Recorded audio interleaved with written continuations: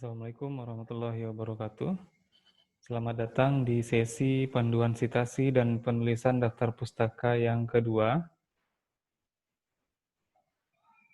Nah, pada sesi sebelumnya kita telah membahas tentang bagaimana panduan citasi dan penulisan daftar pustaka dengan metode Harvard ya. Nah, sekarang untuk sesi kali ini kita akan menjelaskan terkait dengan penulisan citasi dan gaya daftar pustaka dengan gaya Vancouver ya. Jadi selain dua ini, masih ada beberapa gaya penulisan lain dalam citasi maupun daftar pustaka yang seringkali digunakan dalam penulisan karya tulis ilmiah. Yang pertama itu ada American Psychology Association, kemudian ada AJARE, Australian Journal of Agricultural and Resource Economics, kemudian ada Chicago 16 dan 17, kemudian ada Crop and Pasture Science.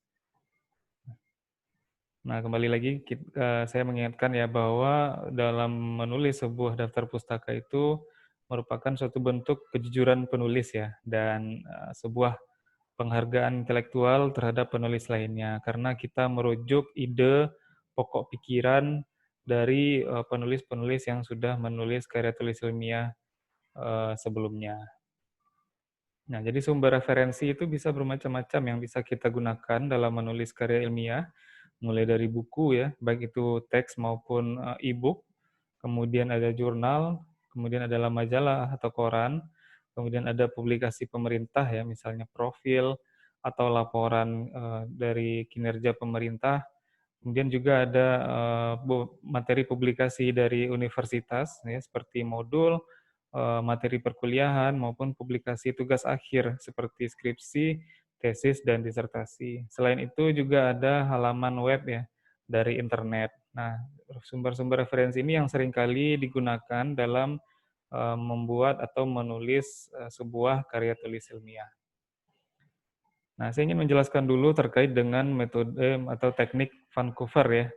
Jadi Vancouver Style ini pada dasarnya itu adalah berupa sistem penulis dengan nomor ya. Jadi atau author number system. Jadi dalam penulisan daftar pustaka itu berbeda dengan Harvard ya. Kalau di Vancouver kita membuat sistem penomoran. Jadi sejarahnya itu adalah di Vancouver waktu itu di Kanada. Nah, itu didirikannya ICMJE ya, yaitu International Committee of Medical Journal Editors pada tahun 1979.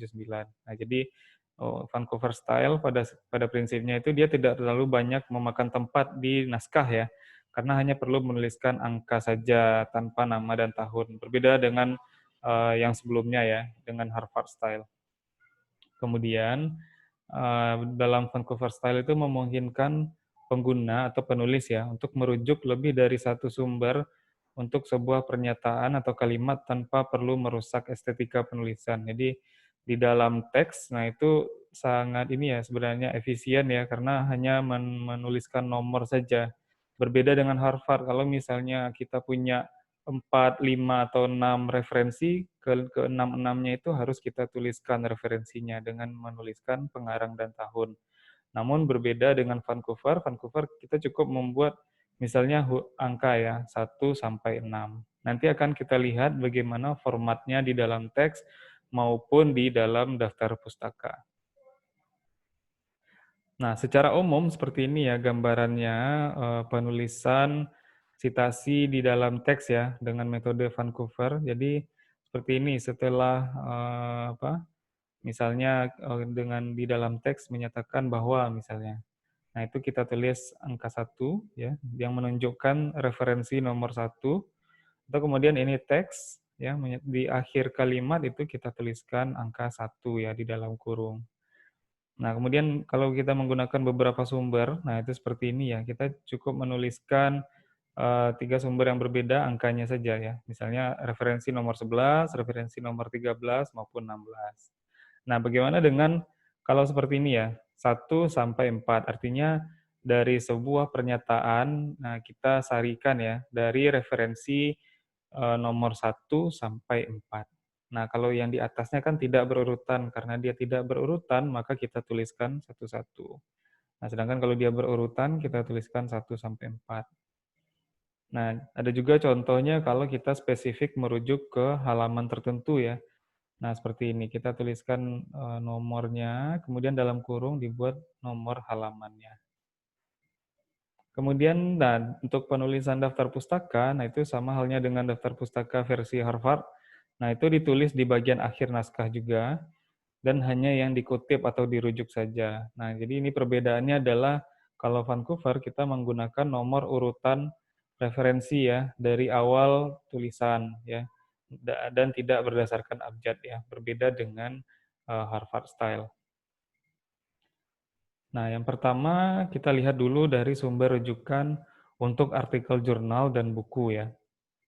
Nah, pada artikel jurnal, nah seperti ini tampilannya ya, daftar pustakanya bahwa di formatnya ini ada nama pengarang, kemudian judul artikel jurnalnya, kemudian nama jurnal, nomor atau volume, atau issue number, ya, kemudian dilanjutkan dengan nomor halaman.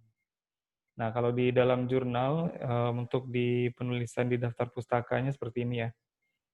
Nah, nama nama pengarang, kemudian judul artikel ya, kemudian nama jurnalnya apa, kemudian nomor volume atau issue number-nya, kemudian nomor halaman.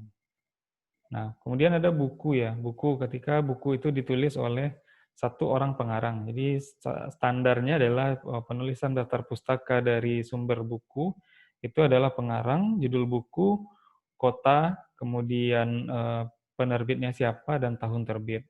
Jadi agak berbeda ya dengan metode Harvard ya. Kalau metode Harvard setelah pengarang itu kita menuliskan tahun ya.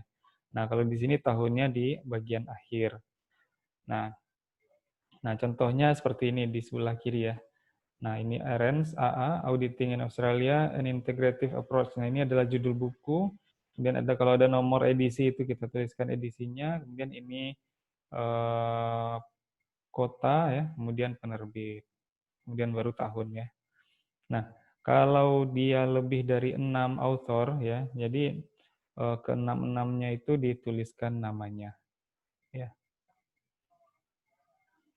oke. Nah, berikutnya adalah di sumber rujukan yang berdasarkan bagian buku. Jadi tidak keseluruhan buku yang dijadikan rujukan atau referensi ya. Jadi hanya satu bab misalnya atau satu bagian. Nah, kalau seperti ini kita bisa lihat ya ada perbedaannya dengan yang sebelumnya bahwa pengarang ya, judul buku, edisi kalaupun ada ya. Dan pada bagian akhir itu kita cantumkan nomor bagian atau nomor bab atau nomor chapter ya. Kemudian judul bagiannya itu apa, kemudian nomor halamannya. Nah, jadi contohnya seperti ini ya. Ini ada nama pengarang, kemudian judul buku dan edisi, kemudian ada kota dan penerbit dan tahun. Nah, kemudian di bagian akhirnya itu kita tuliskan nomor bagian, nomor chapter ya. Kemudian judulnya, kemudian nomor halaman. Nah, ini contoh penulisan daftar pustaka untuk bagian buku atau chapter. Nah, berikutnya adalah sumber rujukan dari artikel koran atau surat kabar ya. Nah, format daftar pustakanya diawali dengan nama pengarang, kemudian judul artikel, kemudian nama surat kabar atau nama korannya, kemudian dilanjutkan dengan kapan surat kabar itu terbit ya, kemudian nomor halaman. Kemudian laporan cetak online misalnya. Nah, ini laporan ini siapa yang mengeluarkan, apakah pemerintah atau lembaga lain ya.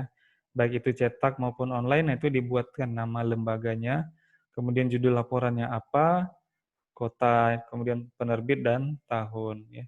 Kemudian diberikan tanda kurung dirujuk pada tanggal, bulan, tahun dan nomor laporan. Nah, seperti ini ya. Kalaupun online, di bagian akhir dibuat linknya atau alamat website atau URL ya dari sumber yang kita akses. Nah, seperti ini contohnya. Ini untuk artikel surat kabar ya. Ini pengarang, kemudian judul korannya, ya judul artikelnya ya. Kemudian nama koran, Sunday Morning Herald misalnya. Kemudian ada tanggal, bulan, tahun terbit. Kemudian nomor halaman. Ya. Berikutnya, nah ini adalah contoh penulisan untuk laporan yang berupa cetak ya. Nah, seperti ini. Nah, ini nama lembaganya, Australian Institute of Health and Welfare.